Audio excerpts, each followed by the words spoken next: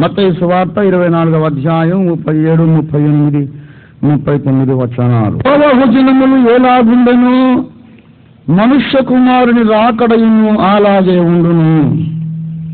జలప్రళయమునకు ముందటి దినములలో నోవహు ఓడలోనికి వెళ్ళిన దినము వరకు వారు తినుచు త్రాగుచు పెండ్లి చేసుకొనుచు పెండ్లికి ఇచ్చుచు నుండి జలప్రళయము వచ్చి అందరినీ కొట్టుకొని పోవు వరకు ఎరుగకపోయిరి.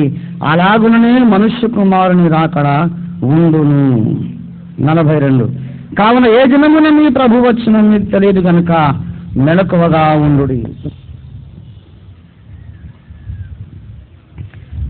ప్రభువును ప్రియులారా, క్రీస్తు రెండవ రాకడను గురించి గత 2000 సంవత్సరాలుగా క్రీస్తు సంఘము బోధకుల నోటి వెంట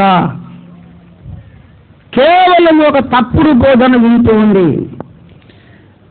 ఒక దుర్బోధ, ఒక అబద్ధ బోధ, బైబిల్కు మొత్తం అడ్డంగా ఉన్నటువంటి బోధ కూడా 2000 సంవత్సరాలుగా విన్నాం. కాబట్టి మనం ఏమనుకుంటున్నామంటే అదే రైటేమో అనుకుంటున్నాం. ఈ భ్రమల గురించి మీకు ఒక విషయం చెబుతాను. 7 ఏళ్ల పెళ్లి విందు, 7 ఏళ్ల పెళ్లి విందు అని ఎప్పుడు చెప్పుకుంటామా? అసలు ఆ మాటే బైబిల్లో లేదు. అంత్యక్రీస్తు అంత్యక్రీస్తు అంత్యక్రీస్తు అని చెబుతారా ప్రసంగికులు? అంత్యక్రీస్తు అనే మాటే బైబిల్లో లేదు. మనకు కళ్ళ ముందు ఇప్పుడు మీరు ఎందుకు ఈ 2 మాటలు చెప్పానంటే, అరే బైబిల్లో 7 ఏళ్ల పెళ్లి విందని లేదా? అరే ఉన్నదే. మీ కళ్ళ ముందు ఆ ప్రింట్ ఎక్కడో చూసినట్టే ఫీలింగ్ ఉంటుంది మీకు. అయ్యగారులు చెప్పిన ప్రసంగాలు వేల కొద్ది సార్లు వినడం బ్రెయిన్ వాష్ అయిపోయింది. అయ్యగారు రాసిన పుస్తకాల్లో ఆ వచనాలు చూడడం, ఆ లెటర్ ప్రింటింగ్ ఎక్కడో, ఆ లెటర్స్, ఆ అక్షరాలు ప్రింట్లో చూసినట్టు అది బైబిల్లోనే ఉన్నట్టుగా మనకు భ్రమ వచ్చేసిందంటే. మీరు ఇంటికి పోయి బతికండి, మీకు 1 year టైం ఇస్తున్నా. 7 ఏళ్ల పెళ్లి కిందని ఎడనున్న బైబిల్ లేనే లేదు. నోవహు 120 సంవత్సరాలు బోధించను అని అయ్యగారులు చెప్తారు. నోవహు 120 ఏళ్ళు బోధించానని ప్రఖ్యాత ప్రసంగికులు బిల్లి గ్రహం గారు మొదలుకొని ఇక మన లోకల్ ప్రీచర్స్ వరకు అందరూ అదే రాశారు. బైబిల్ ఖచ్చితంగా అడిగితే అసలు ఆ మాటే లేదు. 120 ఏళ్ళు బోధించాడనటానికి అవకాశమే లేదు. అసలు నోవహుకు 120 ఏళ్ళ టైమే లేదు. 120 ఏళ్ళ టైమే లేదండి. నీటి వరదతో లోకము నశించబోతున్నది అని దేవుడు నోవహుకు చెప్పాక ఆ వరద వచ్చే వరకు, జలప్రళయం వచ్చే వరకు మధ్యలో 120 years లేనే లేదు. At the most 40-50 years ఉందంతే. చాలా అబద్ధ బోధలు, వాక్యానికి భిన్నమైనవి వందల కొద్ది, వేల కొద్ది సార్లు విని విని విని విని మనం బ్రెయిన్ వాష్ అయిపోయి అవునేమో, అవునుండొచ్చు, అలాగే ఉన్నదేమో, అవును మనం స్థిరపరచుకున్నాం. అలాగే యేసుక్రీస్తు వారి రెండవ రాకడ సమయ సందర్భాలను గూర్చి కూడా కేవలం ఒక అసత్యం. 2000 సంవత్సరాలుగా సంఘ కన్యక మెదడును బ్రెయిన్ వాష్ చేసి పడేసిందంటే ఒక అసత్యం. వందల మంది, వేల మంది, లక్షల మంది, లక్షలాది సార్లు చెప్పి చెప్పి చెప్పి బ్రెయిన్ వాష్ చేసేశారు. అదేమిటంటే యేసుక్రీస్తు ప్రభువు వారి రాకడ ఏ రాత్రో, రేపో, ఏ పగలో, ఏ క్షణమో, ఇవాళో రేపో, any moment it can happen. ఏ క్షణమైనా రావచ్చు, ఏ క్షణమైనా తెలియకుండా అనుకోని విధంగా యేసు ప్రభువు వస్తాడు. ఆయన ఎప్పుడు వస్తాడో అనుదినం అనుక్షణం మనం కనిపెట్టవలసిందే. కానీ ఈరోజు రాడు అని చెప్పడానికి వీలు లేదు. ఈరోజు రావచ్చు, మరుక్షణమే రావచ్చు, ఈ కూటం ముగించే లోపలే రావచ్చు, అసలు రేపటి కూటం జరగకపోవచ్చు, లోపల ప్రభు రావచ్చు ఈ రాత్రే అని బోధకులు మనకు చెప్పారు. నాకు దేవుడు చెప్పింది ఏమిటంటే ఇది శుద్ధ అసత్య బోధ. ఒకప్పుడు నేను కూడా అదే సిద్ధాంతం చెప్పానండి. నేనేం ఆకాశం నుంచి ఊడిపడ్డాను కాదుగా. ఇప్పుడు ఈ సంఘాల నుంచి పుట్టిన వాడిని నేను కూడా. ఈ సంఘాల్లోని పెద్దలు నేర్పిన బోధ నేర్చుకొని పెరిగినోడిని నేను కూడా. ప్రారంభంలో సర్వజ్ఞునేం కాదు, నేను పొరపాటు చేశా. నా సేవ ప్రారంభంలో 1-2 సంవత్సరాలు అయ్యే ప్రసంగాలు చేశాను. మన ప్రభువు అక్కడ బహు సమీపము, రాకడ సూచనలన్నీ నెరవేరాయి, జరిగిపోయాయి. ఇంకా జరగవలసిన సూచనలు లేవు, అన్నీ జరిగిపోయినాయి. గనుక మన ప్రభు త్వరగా రానై ఉన్నాడు. గనుక రక్షణ పొందండి, మారు మనసు పొందండి, విశ్వాసులారా పరిశుద్ధంగా జీవించండి. ప్రభు రాబోతున్నాడు. ఈ క్షణం ఏ క్షణము ఆయన రాకడ మనం చెప్పలేము. కానీ పాటలు కూడా పాడేది ఆ రోజుల్లో. ఏ దినము తెలియదుగా యేసు ప్రభుని రాకడా అని. దేవుని బిడ్డలారా, నా సేవ ఫుల్ టైం మినిస్ట్రీ ప్రారంభం కాకముందు నుండే అప్పటికే నేను బైబిల్ను ఒక 60 సార్లు చదివేశా. Before I enter the full time ministry, పూర్తి కాలం సేవకు నేను సంపూర్ణంగా సమర్పించుకోకముందే మోర్ దెన్ 60 టైమ్స్ నేను నా బైబిల్ చదివేశా. బైబిల్ క్విజ్లో ఇంకెవరికి ఫస్ట్ రావడానికి నేనుంటే ఎవ్రీ క్వశ్చన్ నేనే ఆన్సర్ చేస్తాను. ఎంతవరకు అంటే సేవకులు చెప్పేవాడు ఓఫీలు తప్ప ఎవడన్నా చెప్పండి, ఎందుకంటే వాడిని అడిగి కూడా వేస్ట్. అది ఒక్కోసారి క్విజ్ మాస్టర్తో సరి చేసే తప్పు సార్ నువ్వు చెప్పిందని. అటువంటి బైబిల్ నాలెడ్జ్ కలిగి ఉన్నాను కనుక ఇక నేను everything I know, I'm over confident. అయ్యగారులు చెప్పింది అంతా నా బుర్రకాయలో ఉంది. తర్వాత ప్రశ్నల స్పెషలిస్ట్ను, ఎవరైనా ఏ ప్రశ్న అయినా అడగవచ్చు, నేను చెప్తాను. అలాగే జరిగింది. ఎవరొచ్చినా ఏ ప్రశ్నకైనా ఠకీమని చెప్పగలను. ఒకసారి ఒక అంకుల్ వచ్చారు, వృద్ధుడు. నాయన ఆయన ఎప్పుడు నన్ను అడుగుతూనే ఉంటాడు ఏదన్నా ఒక ప్రశ్న. నాయన నీ దగ్గర కూర్చుంటే, ఒక బైబిల్ కాలేజీలో కూర్చుందంటే నాయన ఇన్ని విషయాలు చెప్తావు, నువ్వు దేవుడు ఎంత జ్ఞానం ఇచ్చాడు, గాడ్ బ్లెస్ యు అని ఎప్పుడు ఆశీర్వదిస్తూ నీకోసం ప్రార్థన చేస్తాను ఆయన అని ఎప్పుడు నన్ను ఎంకరేజ్ చేస్తుండేవాడు. వయసు రీత్యా నీవు నా కొడుకుతో సమానం, ఆత్మీయంగా నువ్వు నా తండ్రి లాంటోడు బాబు అనేవాడు.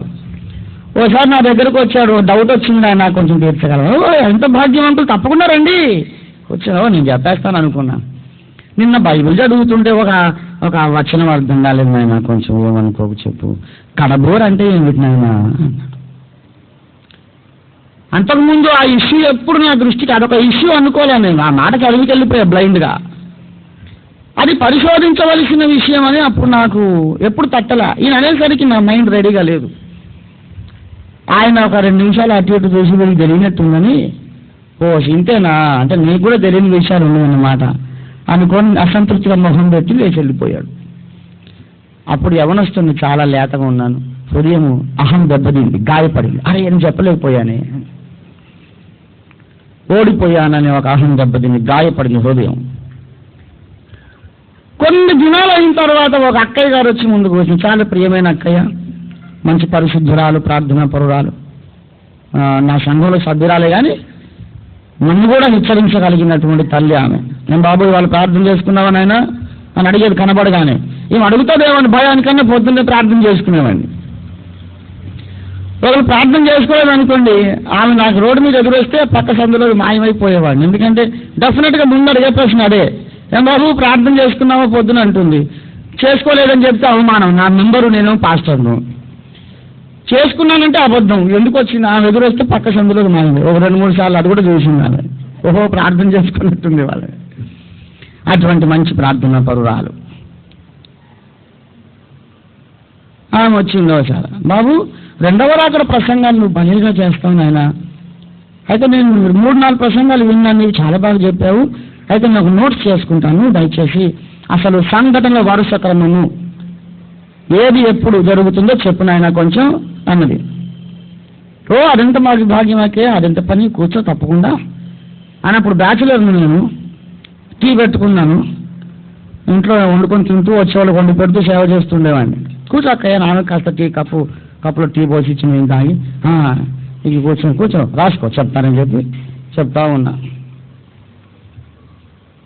అయ్యగారులు చెప్పిన సరివే, ఈ రాత్రి రేపు ఎప్పుడో సడన్గా యేసు మధ్యాకాశానికి వస్తాడు, సంఘం వెళ్ళిపోతుంది, తర్వాత అబద్ధ క్రీస్తు వస్తాడు, తర్వాత 7 ఏళ్ళ శ్రమలు వస్తాయి, బూరలు అవన్నీ వస్తాయి, ఇవన్నీ చెప్తున్నా.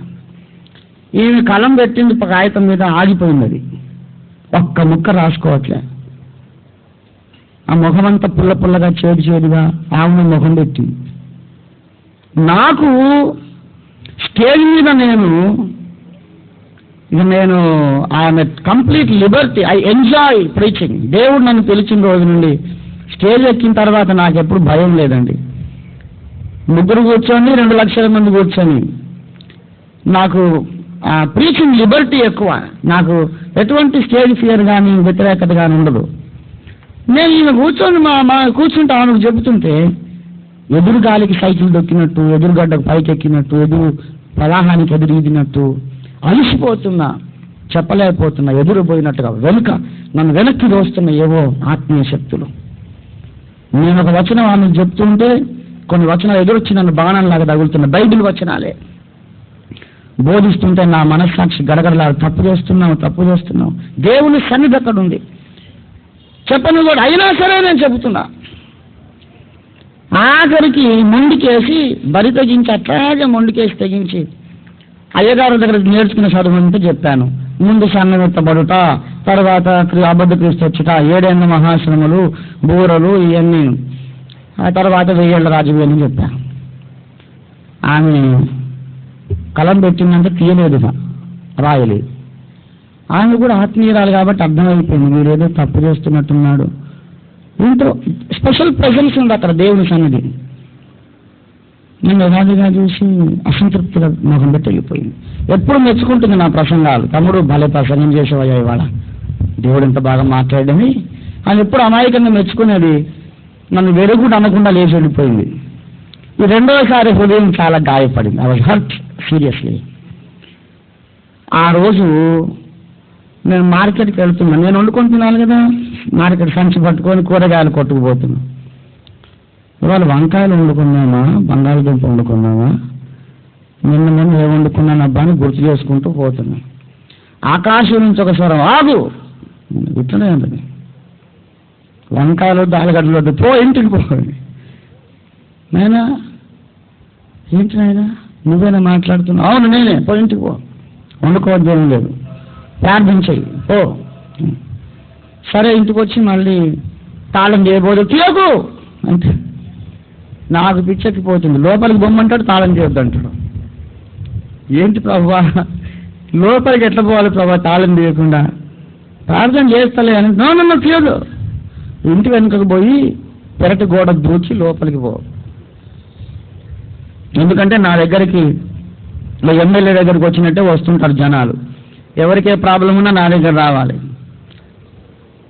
అందరికీ ఏదో పరిచయ సహాయం చేస్తూ ఉండేవాడిని. నిన్ను ప్రార్థన చేసుకొని బాబు నువ్వు అటు నుంచి గోడ దూకి రమ్మన్నాడు. ఆ తాళం కప్ప అట్లే ఉంది, వెనక నుంచి గోడ దూకి లోపలికి వచ్చి ప్రార్థన చేశా.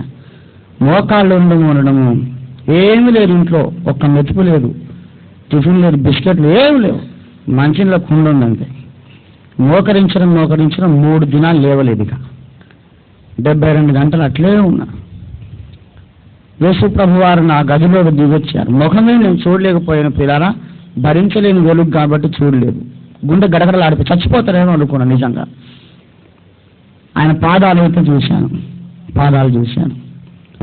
అప్పుడు ప్రభువు నాకు చెప్పిన సత్యాన్ని లోకమంతటా ప్రకటిస్తున్నా. తెలుగులో, ఇంగ్లీషులో పుస్తకాలు రాసి ప్రసంగాలు చేసి. ఈ బోధకులేమో ఓఫీర్ గారు రాంగ్ డాక్టర్ అండి, ప్రతివాడు అంటమే. ఏమిటి నీకు తెలిసిన రైటు? నేను నా పుస్తకం రాసి ఇప్పటికీ 15 ఏళ్ళు అయిపోయింది వేదాంతం. ఆ పుస్తకంలో మొదటి నుండే నేను సవాలు చేస్తున్నాను. అక్కడెక్కడెక్కడో మూల కూర్చొని విమర్శించొద్దు, ముఖానికి వచ్చి చెప్పు. నాకు తెలియదు అనుకో, చిన్న తమ్ముడినే కదా, మీరు పెద్ద పెద్ద అన్నయ్యలు కదా. తమ్ముడు నువ్వు తప్పురా, నువ్వు చెప్పు, నీ వాక్య ప్రకారం చెప్పన్నయ్య, దిద్దుకుంటాను. వెనక కూర్చొని మాట్లాడకు. అన్నయ్య దయచేసి చెప్పన్నయ్య, రా అన్నయ్య అని పిలిస్తే రాకుండా వెనక మాత్రం ప్రచారం చేయాలి, హౌలో ఇదో రావని అనాల్సి వస్తుంది. అన్నగారు ఇంకేమనాలి మరి? మర్యాదగా నాయన ఒక తండ్రిని గురువుని కాళ్ళ కాడ కూర్చున్నది, కాళ్ళు తీసుకుతాను నాకు చెప్పు అన్నప్పుడు రాకుండా ఏదో ప్రచారం చేస్తే ఇంకేమని పిలవాలి?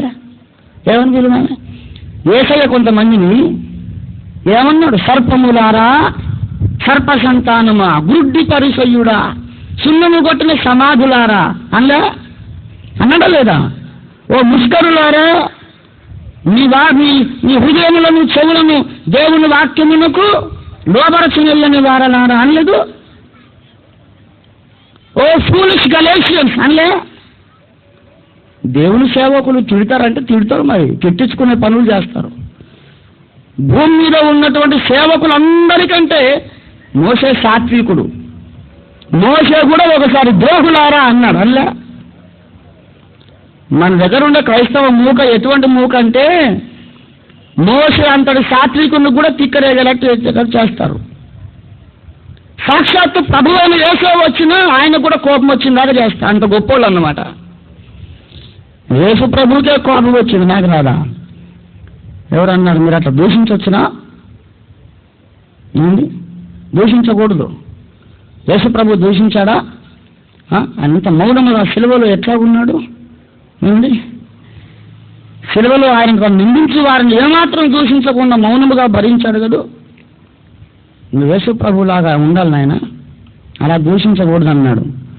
నేనన్నాను దూషించకూడదు రైతే, యేసు ప్రభు వారు తిరిగి దూషించలేదు అన్నావు, యేసు ప్రభులాగా ఉండాలన్నావు. ఒక సందర్భంలో యేసుక్రీస్తు వారు కొరడా పట్టుకొని ఈపులు బగలగొట్టాడు. యేసుని పోలి నన్ను ఉండమన్నావుగా, నేను కూడా కొరడా పట్టుకొని ఈపులు బగలగొడతాను, ఇష్టమేనా? అట్టంట కొడతాను, నువ్వేమన్నా యేసు ప్రభువా అంటున్నాడు. సరే మరి ఓడ్చుకోమన్నప్పుడు అప్పుడు తెలియలేదు, ఇప్పుడు యేసు ప్రభు కాదు కదా పాపం, ఎట్టు ఓడ్చుకుంటాడు అన్నప్పుడు లేదు. కొరడా పట్టుకొని ఈ పగలు కొడతానంటే నువ్వు ప్రభువు కాదు కదా, ప్రభువు చేసిన పని చేయొద్దంటాడు. మళ్ళీ ఓడ్చుకోమన్నప్పుడేమో యేసు ప్రభులాగా ఉండాలంట. అంటే ఎక్కడ ఏది అనుకూలం ఉంటే అట్లా నన్ను ఆయనకు అనుకూలంగా నన్ను మలుచుకుంటున్నాడు. ఎప్పుడైతే దేవుని ప్రజలు దేవుని వాక్య విషయాలలో యథార్థముగా మాట్లాడరో ప్రవక్త అయిన వాడు తప్పకుండా తిడతాడు. You take it from me, a true prophet. మోషే నిజమైన ప్రవక్త, అబద్ధ ప్రవక్త? బాప్తిస్మా యోహాను నిజమైన ప్రవక్త, అబద్ధ ప్రవక్త? యేసుక్రీస్తు తండ్రి అయిన దేవుని ఆత్మ కలిగి మాట్లాడాడా, ఇంకేమన్నా ఆత్మ కలిగి మాట్లాడాడా? యేసు, యోహాను, స్టెఫను, పౌలు, వీరందరూ కూడా, మోషే, వీరందరూ కూడా వాక్యమునకు ఎవరైతే మెడవంచరో బుద్ధగించినంతకాలం బుద్ధగించారు, తర్వాత ముష్కరులారా భ్రష్టులారా అని ఉచ్చుకుడు మొదలుపెట్టారు. డెఫినెట్లీ మోషే, ఏలియా, ఎలీషా, యేసుక్రీస్తు ప్రభువారు, స్టెఫను, పౌలు, బాప్తిస్మమిచ్చి యోహాను, ఆ పరంపరలో ఉన్న ప్రవక్తను కాబట్టి నేను కూడా ఆ భాష వాడతానని చెబుతున్నాను. సీట్లైనా ఏం మరసే దైవ జనుడికి నువ్వు అట్లా మాట్లాడవచ్చా అంటున్నాడు ఒక మన విశాఖపట్నంలో. నేనన్నా దైవ జనుల్ని నువ్వు ఇట్లా అడగొచ్చా అని నేనన్నా. దైవ జనుడివి నీవు అట్లా మాట్లాడవచ్చా అంటే మరి దైవ జనుల్ని నువ్వు ఇట్లా అడగొచ్చా? ఇట్లాంటి వాళ్ళకి సరిగా బుద్ధి చెప్పడానికే దేవుడు నన్ను పుట్టించారు. జాగ్రత్తగా వినండి. రెండవ రాకడ విషయం ప్రపంచ సేవకులందరూ చెప్పిన దానికి అడ్డంగా నేను ఒకటి చెప్తున్నా.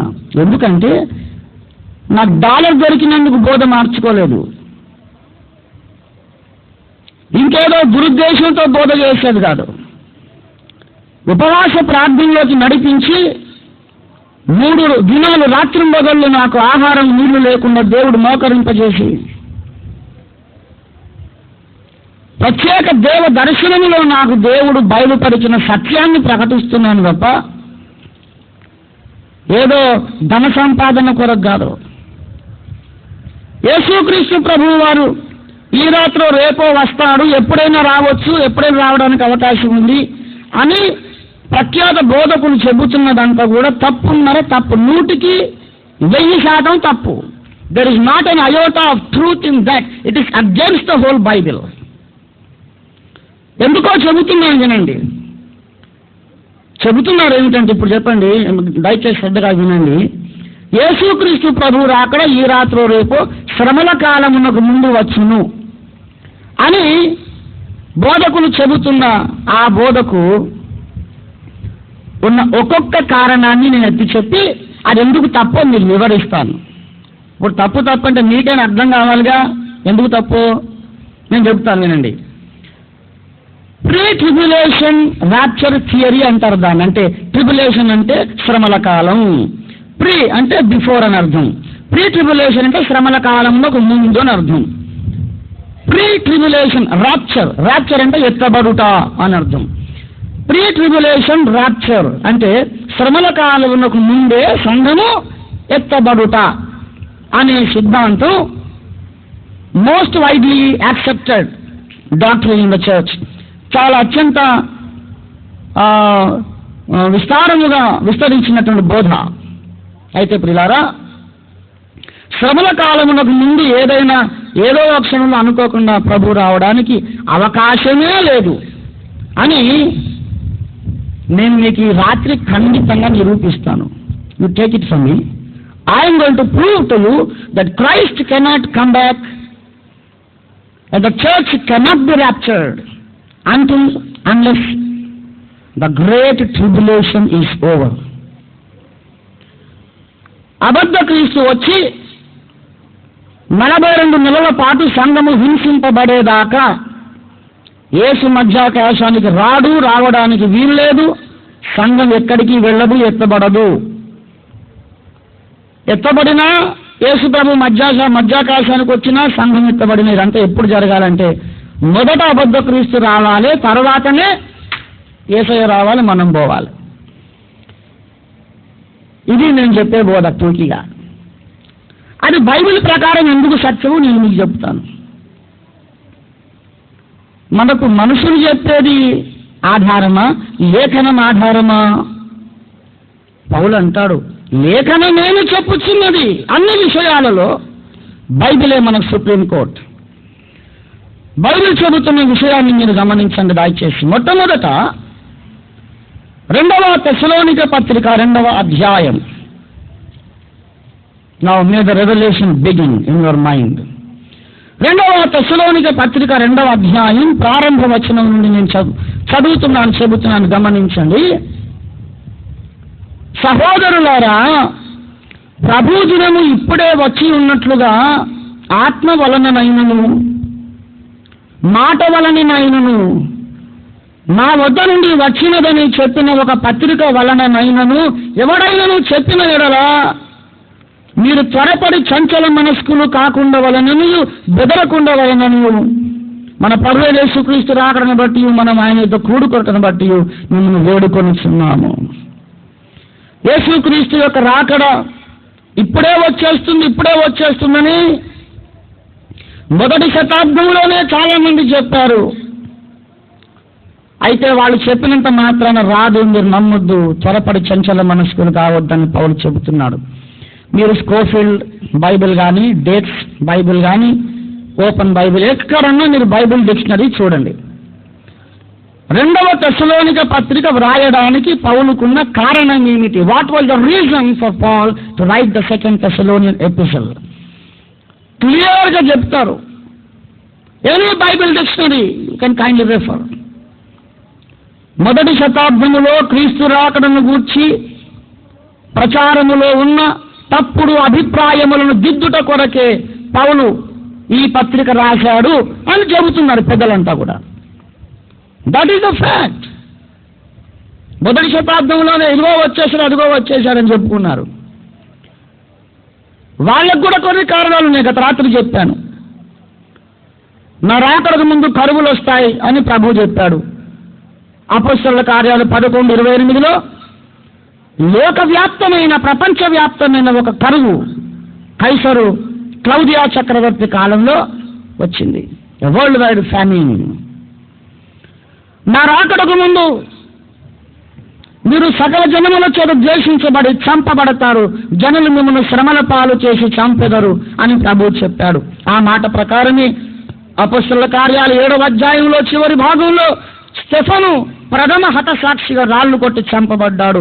8:1 చూస్తే ఆ కాలం ముందు యెరూషలేములో ఉన్న సంఘమునకు గొప్ప హింస కలిగెను.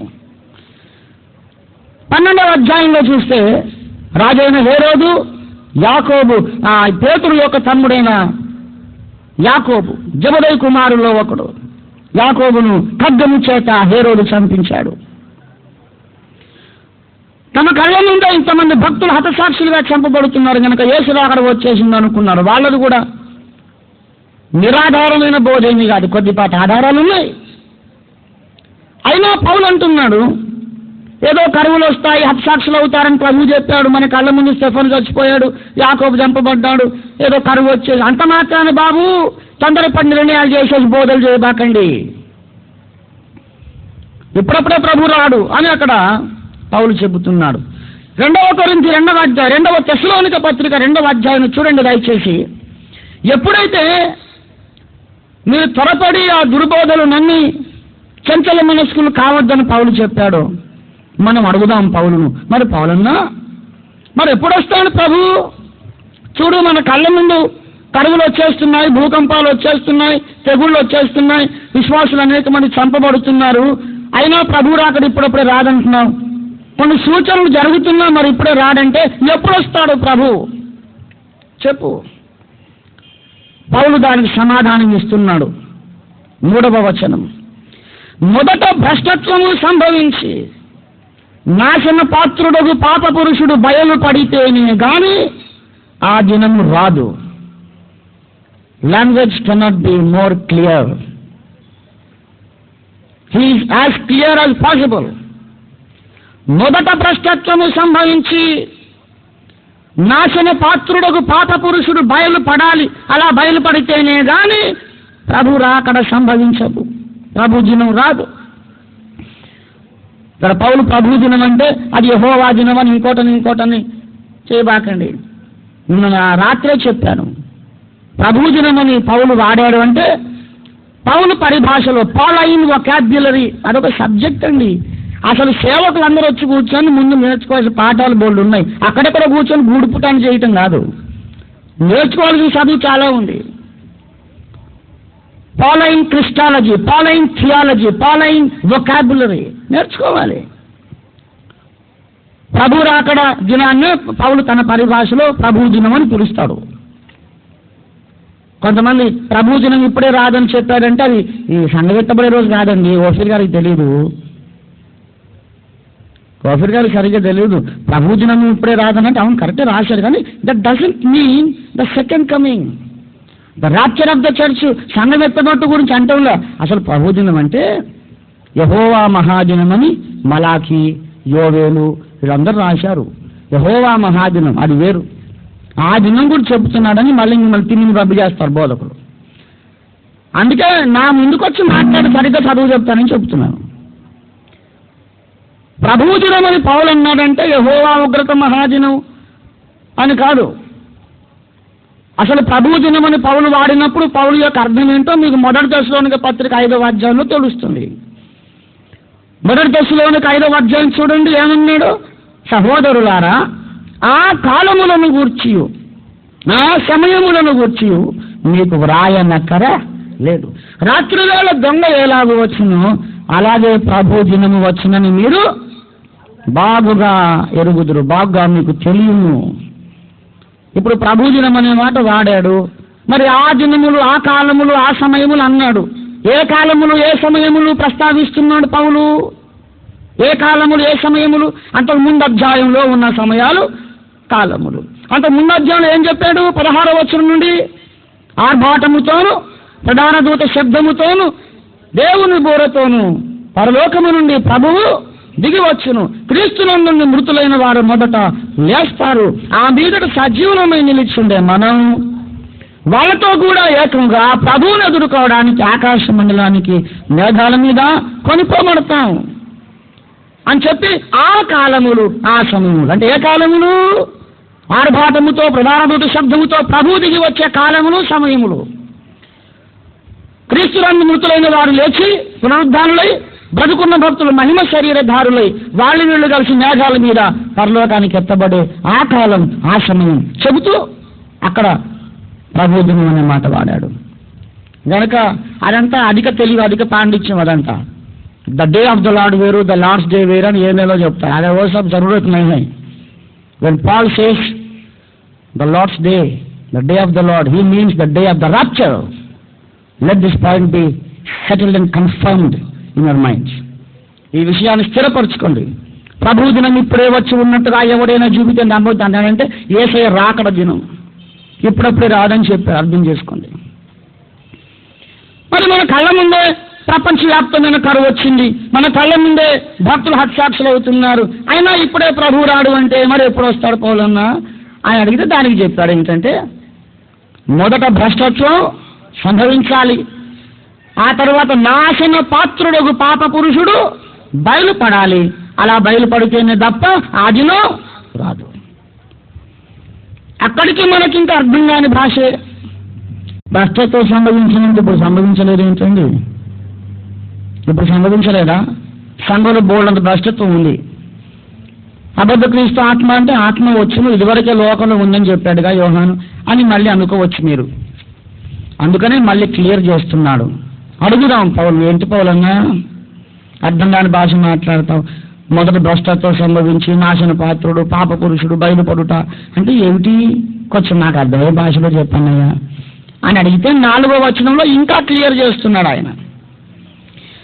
భ్రష్టత్వము సంభవించి నాశన పాత్రులకు పాప పురుషుడు బయలుపడుట అనగా ఏమిటంటే 4వ వచనంలో దాన్ని వివరిస్తున్నాడు పరిశుద్ధాత్మ ద్వారా. ఏమిటంటే, ఏది దేవుడు అనబడునో, ఏది పూజింపబడునో దానినంతటిని ఎదిరించు, దానికంతటికి పైగా తన్ను తానే హెచ్చించుకొనుచు, కానీ దేవుడిని తన్ను కనపరుచుకొనుచు దేవుని ఆలయములో కూర్చుండును గనుక ఎవరును ఏ విధంగా నేను మిమ్మల్ని మోసపరచని. ఇప్పుడు సహోదరులారా, ప్రభువు అక్కడ ఈ రాత్రి రేపు వస్తాదని ఎవరు చెప్పినా నమ్మకండి, పుస్తకాలు రాసినా నమ్మకండి, బల్లలు గుద్ది అరిచినా నమ్మకండి, ప్రవచనాలు చెప్పినా నమ్మకండి, దర్శనం వచ్చిందన్న నమ్మొద్దు, అసలు ఊడిపడి పై నుంచి గబ్రియలు చెప్పినా నమ్మొద్దు. యేసు ప్రభువు వారు తన భక్తుడైన పౌలు ద్వారా పరిశుద్ధాత్మ ద్వారా బయలుపరుస్తున్న మహాసత్యం ఏంటంటే, ఈ కరువులు భూకంపాలు తెగుళ్ళు మామూలే జరుగుతూనే ఉంటాయి. అవి ఫైనల్ సూచనలు కాదు, ఫైనల్ సైన్స్ కాదు, అది అధికారిక సూచన ఒకటి ఉంది, అది నెరవేరాలి. ఈ కరువులు భూకంపాలు ఎన్నొచ్చినా, ఎన్ని లక్షల మంది భక్తులు హతసాక్షులైనా ఈ అంతిమ సూచన నెరవేరదే ప్రభు రావడానికి వీలు లేదు. అంతిమ సూచన ఏంటంటే, భ్రష్టత్వం సంభవించాలి, నాశన పాత్రుడైన పాప పురుషుడు బయలుపడాలి. అనగా అర్థం ఏంటి? ఒకానొక ప్రపంచ రాజు వస్తాడండి, a great cruel powerful world dictator, చాలా తెలివైన వాడు, చాలా శక్తిమంతుడు, చాలా క్రూరుడు, దేవ విరోధి అయిన ఒక ప్రపంచ నియంత వస్తాడు. వాడు ప్రపంచమంతా తన గుప్పిట్లో పెట్టుకుని గడగడలాడించి పాలిస్తాడు 42 నెలలు. వాడు ఏం చేస్తాడంటే, అంతకుముందు భూలోకములో ఉన్న మతములన్నిటినీ దేవతలన్నిటినీ రద్దు చేస్తాడు. ఏది దేవుడనబడునో, ఏది పూజింపబడునో, చిన్న చిన్న రాయి రెప్పలు మొదలుకొని క్రైస్తవులు ఇశ్రాయేలీయులు పూజించే యెహోవా దేవుని వరకు సర్వ దేవతలు రద్దు చేసి పారేస్తాడు. ఎవరు దేవుడు కాదు, నేనే దేవుడను, నన్ను ఆరాధించండి లేదా చంపి పారేస్తాను అని ప్రపంచ ప్రజల్ని బెదిరిస్తాడు, భయపడతాడు, కొంతమంది నిజంగా చంపుతాడు కూడా. వాడు హుటాహుటిని యెరూషలేం నగరానికి వెళతాడు. అక్కడ దేవాలయములో వాడు నేనే దేవుణ్ణి, యెహోవా నామమున మీరు అర్పించే బలులు ఆపండి, నాకు బలర్పించండి, నేను రా దేవుని, యెహోవా కాదు, నేను దేవుణ్ణి, నాకు బలర్పించండి అని పరిశుద్ధ స్థలంలో పోయి కూర్చుంటాడు. అదన్నమాట నాశన పాత్రుడు బయలుపరచబడుతంటే. ఒకనొక ప్రపంచ రాజు, క్రూరుడైన, నిర్దయుడైన, భయంకరుడైన, బలవంతుడైన ప్రపంచ రాజు, ప్రపంచమునంతా ఏలే రాజు యెరూషలేము దేవాలయానికి వెళ్ళి నేనే దేవుని, నన్ను ఆరాధించండి, యెహోవా స్థానంలో నన్ను ఆరాధించండి అని డిమాండ్ చేయడమే నాశన పాత్రుడు బయలుపరచబడటం. అది జరగాలి, అది జరిగితేనే తప్ప ఆ దినం రాదు. ఏ దినం రాదు? ప్రభు దినం రాదు, అంటే సన్నవెత్తబడే దినం రాదు. ఈ రాత్రే ప్రభు వస్తే నీ వెత్తబడుటకు సిద్ధమా అంటుంటారు. ఈ రాత్రి ప్రభు రాడయ్యా, అది నువ్వు అనవలసిన మాట కాదు. ఈ రాత్రి రావటం ఏంటి? నాశన పాత్రుడు పాప పురుషుడు బయలుపరచబడ్డా? నాశన పాత్రులకు పాప పురుషుడు దేవుని ఆలయంలో కూర్చున్నాడంటే దాన్ని స్పిరిచువలైజ్ చేస్తారు. వినండి, ప్రకటన గ్రంథాన్ని వ్యాఖ్యానించడానికి డిఫరెంట్ స్కూల్స్ ఆఫ్ థాట్ ఉన్నాయి. Those of you who are students of the Bible kindly write down these notes. ప్రకటన గ్రంథమును 3 రకములుగా వ్యాఖ్యానిస్తారు. మొట్టమొదటిది ఏంటంటే హిస్టారికల్ ఇంటర్ప్రిటేషన్. మొత్తం 4 ఉన్నాయి అనుకోండి, నేను 3 అన్నాను. హిస్టారికల్ ఇంటర్ప్రిటేషన్ అంటే ప్రకటన గ్రంథంలో ఉన్నది మొత్తం జరిగిపోయిందని, ఇది ఇప్పుడు జరిగేది ఏం లేదు, మొత్తం అయిపోయింది, దాంట్లో ఉన్నది ఏది ఇక మనం కనిపెట్టవలసింది లేదని ఒక డాక్ట్రిన్. ఆ భావనతో దాన్ని మొత్తం అర్థాలు చెప్తాడు అన్నిటికీ. రెండవది కంటిన్యూవల్ ఇంటర్ప్రిటేషన్ అంటే కొంత జరిగిపోయింది, కొంత జరుగుతున్నది, కొంత జరగబోతున్నది. మూడవది futuristic interpretation. I hold that school of thought. నేను అది నమ్ముతున్నా. ప్రకటనలో ఉన్న సంగతులు మొత్తం ఫ్యూచరే, ఏది జరగలేదు, మొత్తం జరగబోతున్నాయి అంతే. ప్రతి సంఘటన, మిడతలు, గుర్రాలు, క్రూర మృగం, అబద్ధ ప్రవక్త, సూచక్రియలు, హతసాక్షులు కాడు, శ్రమలు, 666 ముద్ర, ఎవ్రీథింగ్ ఇస్ ఫ్యూచర్. అంతా మునుముందు జరగబోతోంది, ఏమి జరిగిపోలే. There is yet another interpretation, దాన్ని ఐడియలిస్టిక్ ఇంటర్ప్రిటేషన్ అని అంటారు. అంటే స్పిరిచువలైజింగ్ ఎవ్రీథింగ్.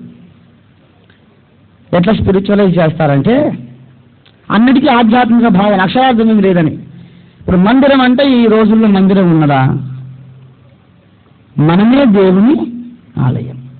మందిరం అంటే పాత నిబంధన కాలంలో మందిరం ఉంది, దేవుడు కట్టమన్నాడు, కట్టాడు సొలొమోను. కానీ ఇప్పుడేమో మనమే దేవుని ఆలయంగా కట్టబడుచున్నాం.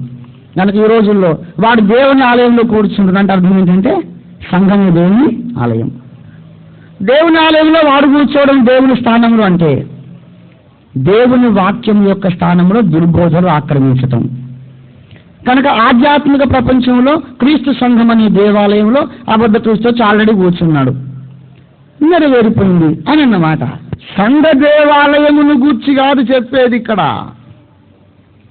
వాడు కూర్చునేది క్రీస్తు సంఘం అనే దేవాలయంలో స్పిరిచువల్గా కూర్చునేది కాదు. It's all dodging the truth. సత్యాన్ని తిమ్మిని బంద్ చేయటమే అది. అసలు వాడు దేవుని ఆలయంలో కూర్చుంటాడనేది యెరూషలేము దేవాలయములో కూర్చుండుటే. ఎందుకు అంటే, బాగా వినండి, please listen to me carefully. ఏదన్నా నేను అట్లా కాదు అంటే ఎందుకు కాదో రీజన్ చెప్తా, శ్రద్ధగా వినండి. వాడు దేవుని ఆలయంలో కూర్చుండక ముందు వాడు ఒక పని చేస్తాడు. ఏం పని చేస్తాడో తెలుసా? దేవుని ఆలయంలో ఇప్పుడు ఏది దేవునిబడునో, ఏది పూజింపబడునో అన్నాడా? దాన్ని ఎదిరించచ్చు, దానికి పైగా హెచ్చించుకోవచ్చు అన్నాడా? అదే వ్యక్తిని గూర్చి మొదట మనకు చెప్పిన వాడు దానియేలు ప్రవక్త. సమస్త దేవతలకు మీద తన్ను తాను హెచ్చించుకొని నేనే దేవుణ్ణి కనబరుచుకునే ఒక మనిషిని గూర్చి, అంత్యకాలంలో రాబోతున్న వాడిని గూర్చి మొదట మనకు చెప్పిన వాడు దానియేలు ప్రవక్త. దానియేలు ప్రవచనాన్ని పరిశోధిస్తే వీడు ఈలాగున ఈ మాదిరిగా వచ్చి నేనే దేవుణ్ణి యెహోవా కాదని పోయి కూర్చుంటాడన్నారు చూశారు. అది చేయకముందు ఒక పని చేయాలి వాడు. ఆ పని ఏంటో చూద్దాం దయచేసి.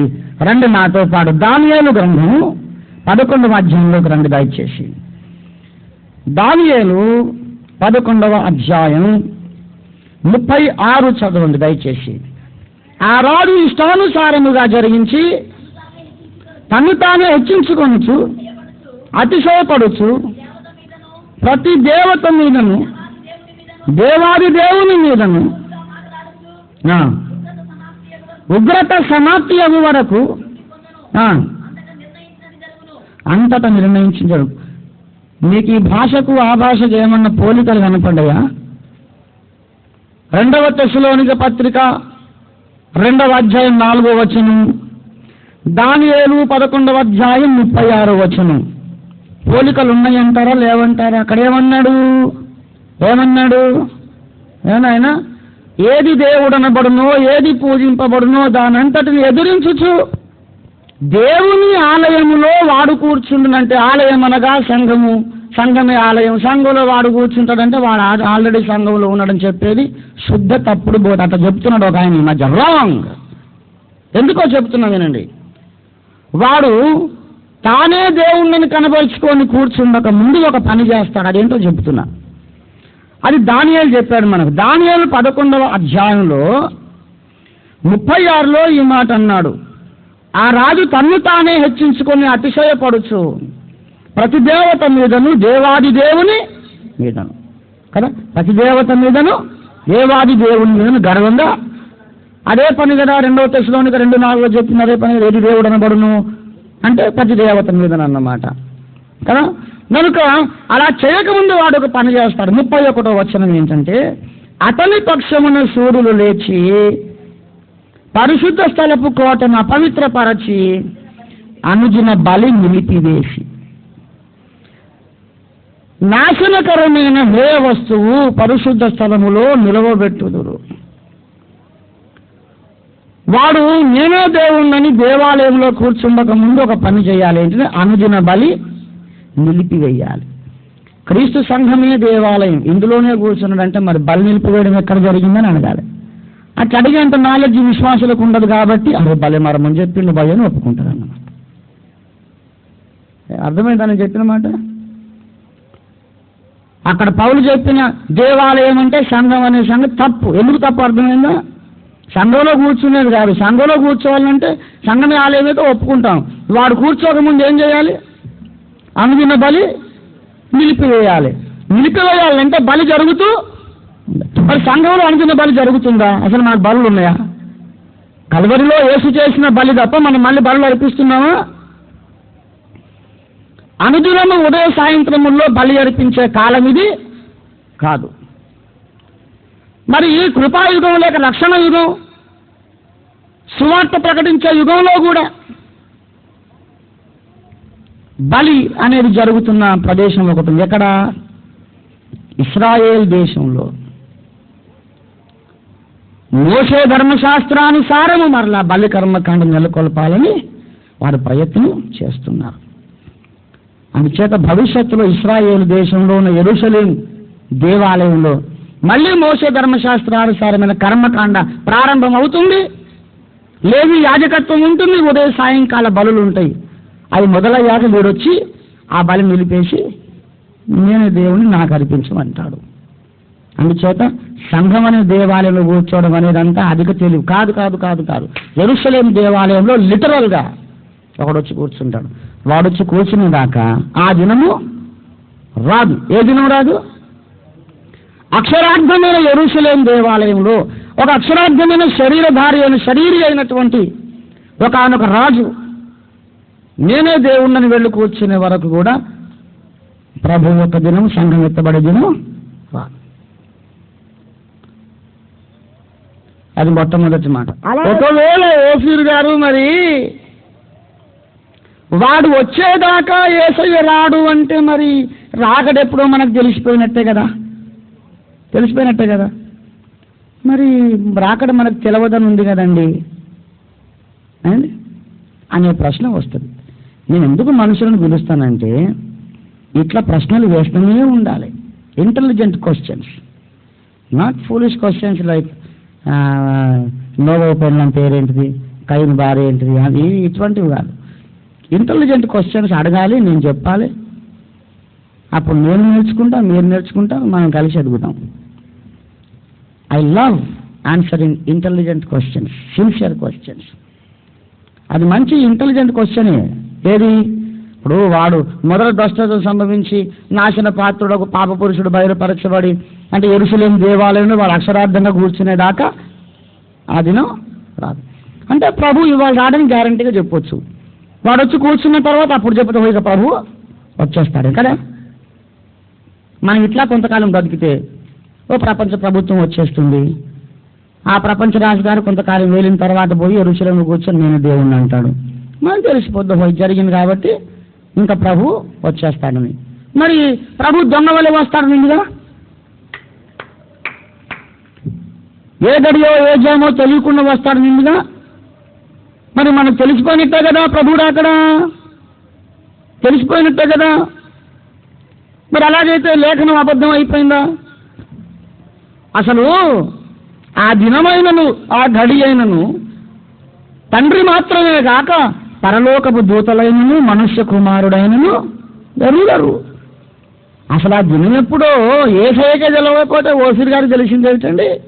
ఆ పిచ్చోడు చెప్పడానికి మీరు వినటానికి సరిపోయింది కానీ అంటాడు. వెళ్ళిపోయిన తర్వాత వచ్చే పండితుడు సరైనోడైతే నా దగ్గరకు వచ్చి, బ్రదర్ మరి మీరు ఇలా చెప్తున్నారు, బైబిలే చూపిస్తున్నారు, రైటే, మరి మేము ఇంతకాలం ఏమో దొంగ వలె అనే వచనం మీద ఉన్నాం.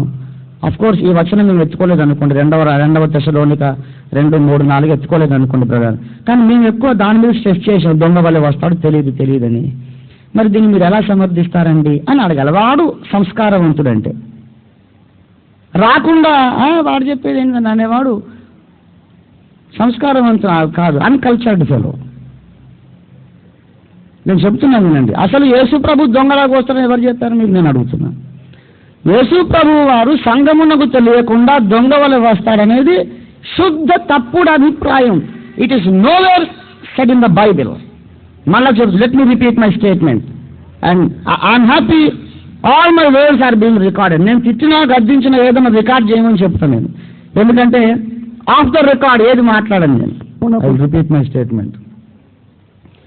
దేవుని సంఘమునకు వధువు సంఘమునకు దేవుని ప్రజలకు తెలియకుండా దొంగ వలె ప్రభువు వస్తాడని బైబిల్లో లేనే లేదు. ఆమె క్లియర్? అర్థమైందని చెప్పింది. సంఘానికి తెలియకుండా వస్తాడని బైబిల్లో లేదండి. It's nowhere said in the Bible. Quite on the contrary, దానికి విరోధంగా సంఘానికి తెలియకుండా రాడు, సంఘానికి తెలియకుండా రావటానికి వీల్లేదని ఉంది బైబిల్లో. ఇంతకుముందు మనం చూద్దాం లేఖనం చదువు. ఇంతకుముందు మనం 1 తెస్సలోనిక పత్రిక 5వ అధ్యాయం చదివాం కదా, చూడండి మళ్ళీ దయచేసి. 1 తెస్సలోనిక పత్రిక 5వ అధ్యాయం. సహోదరులారా, ఆ కాలములను గూర్చి ఆ సమయములను గూర్చి మీకు వ్రాయనక్కరలేదు.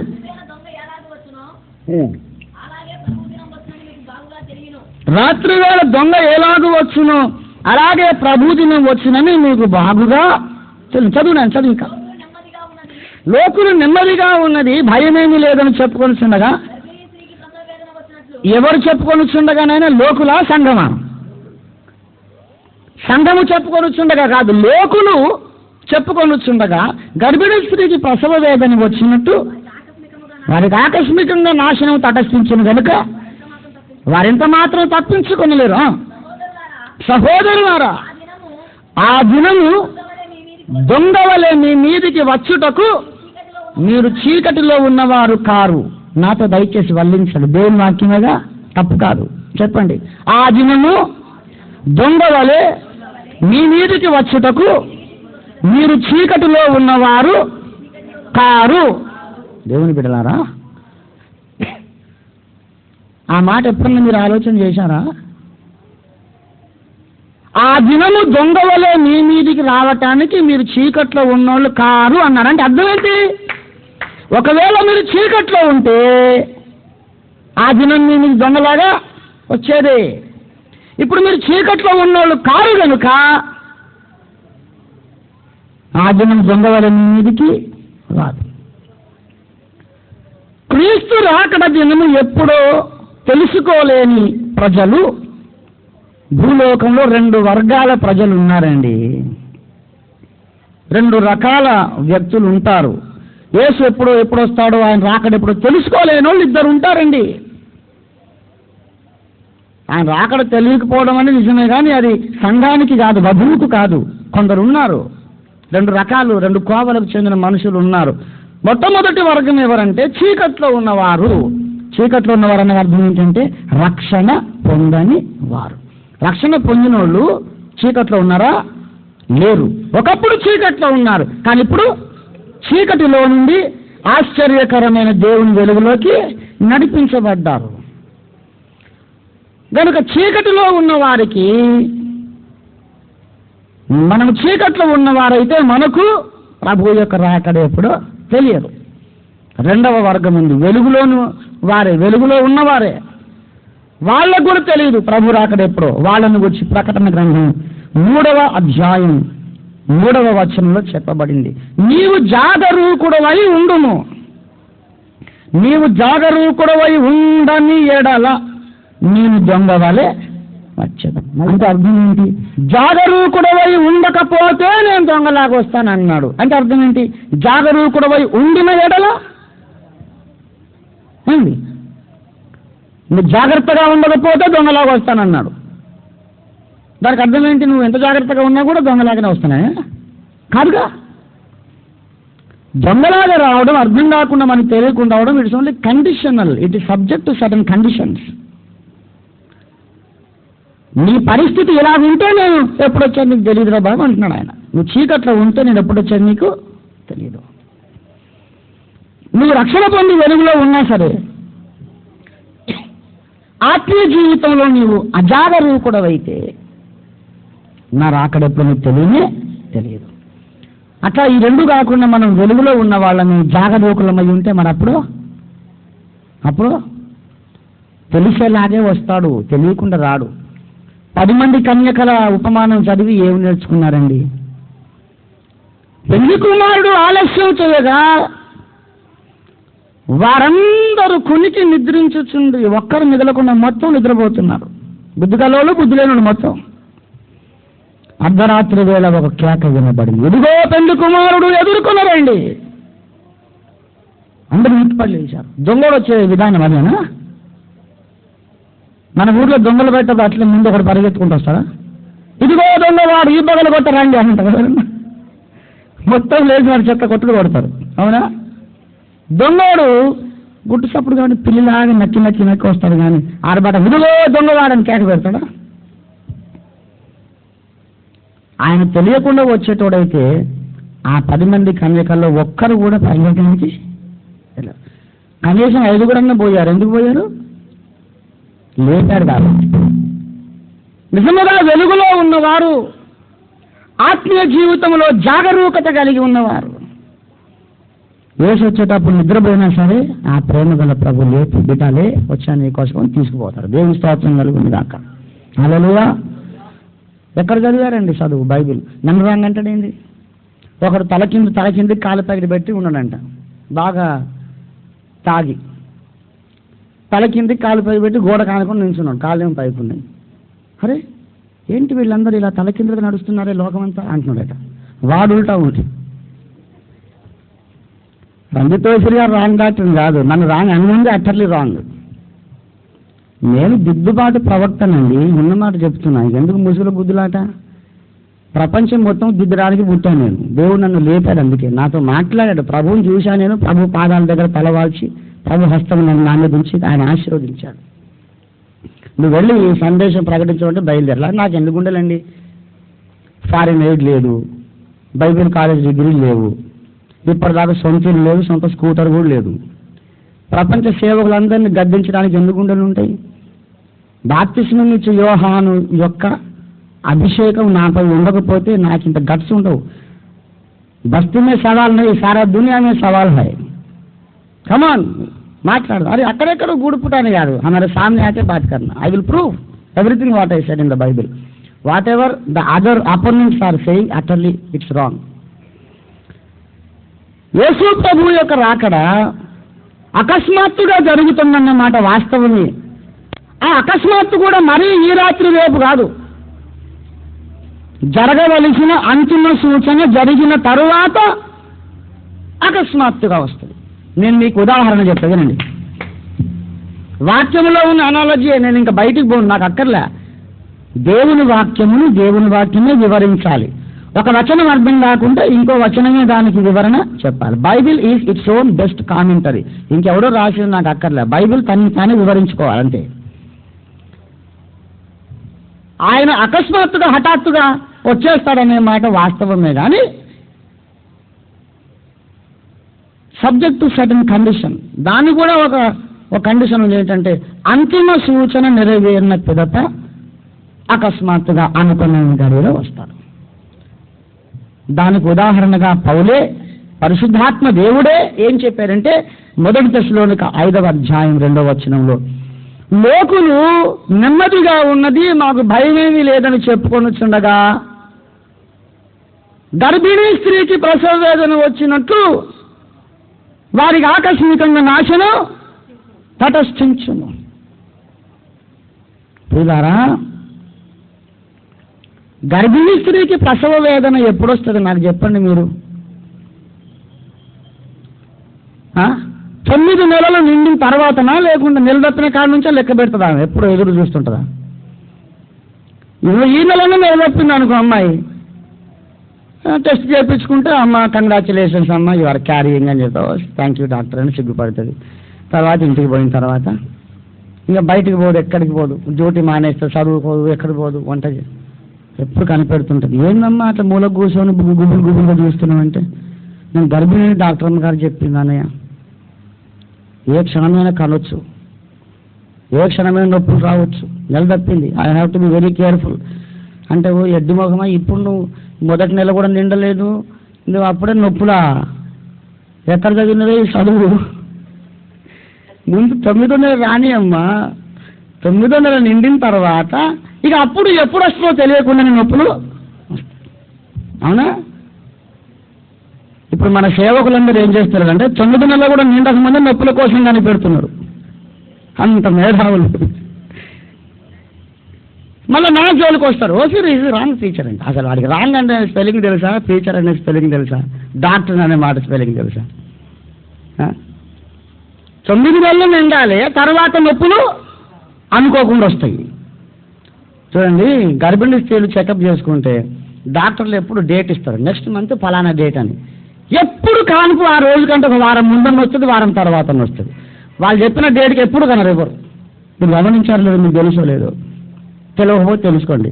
డాక్టర్ గారు ఇచ్చిన డేట్ సరే ఇంకా టెన్షన్కి రావు నొప్పులు, అనుకోకుండా అంతకన్నా ముందే కానేస్తారు. లేకుంటే ఇంకా దాటి ఒక 10 రోజులు ఇంకా కంగారు ఎక్కువవుతూ ఉంటుంది. డాక్టర్ గారు మీరు ఇచ్చిన డేట్ దాటిపోయింది కదండి.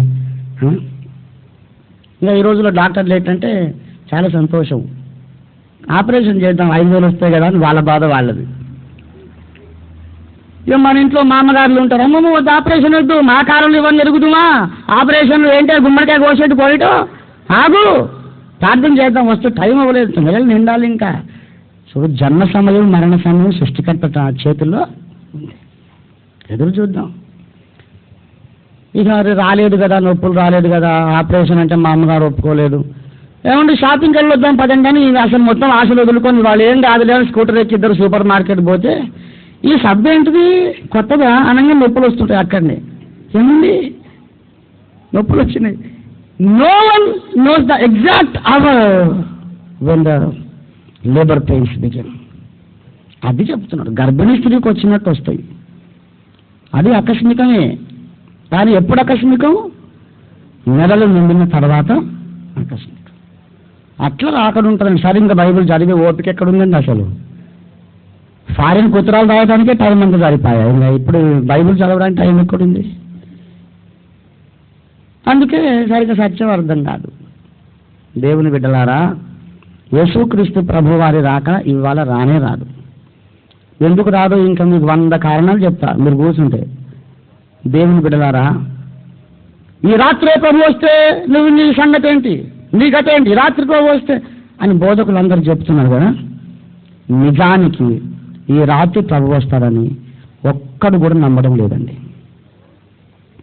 No one is really believing that Christ will come this moment or any moment. ఈ రాత్రే ప్రభు వస్తే నీ గతేవుడు సోదరుడు అని ప్రసంగం చేసే ప్రసంగికులకు కూడా ఇవాళ రాత్రి వస్తారని నమ్మకం లేదు, రాగలేమని ఉంది మైండ్.